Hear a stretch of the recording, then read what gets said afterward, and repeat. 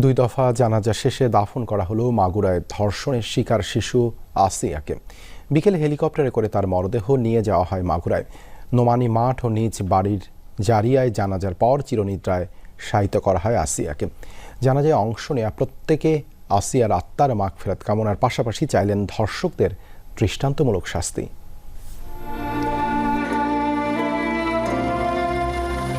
ঘরের মেয়ে আবারও ফিরল ঘরে।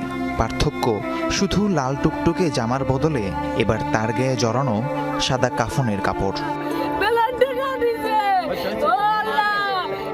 যার আরোগ্য কামনায় প্রার্থনা করেছিল গোটা দেশবাসী, সেই শিশু আসিয়া চলে গেল সবাইকে কাঁদিয়ে। তার মরদেহ বহনকারী হেলিকপ্টারটি মাগুরা স্টেডিয়ামে পৌঁছায় বৃহস্পতিবার বিকাল 6:30টার দিকে।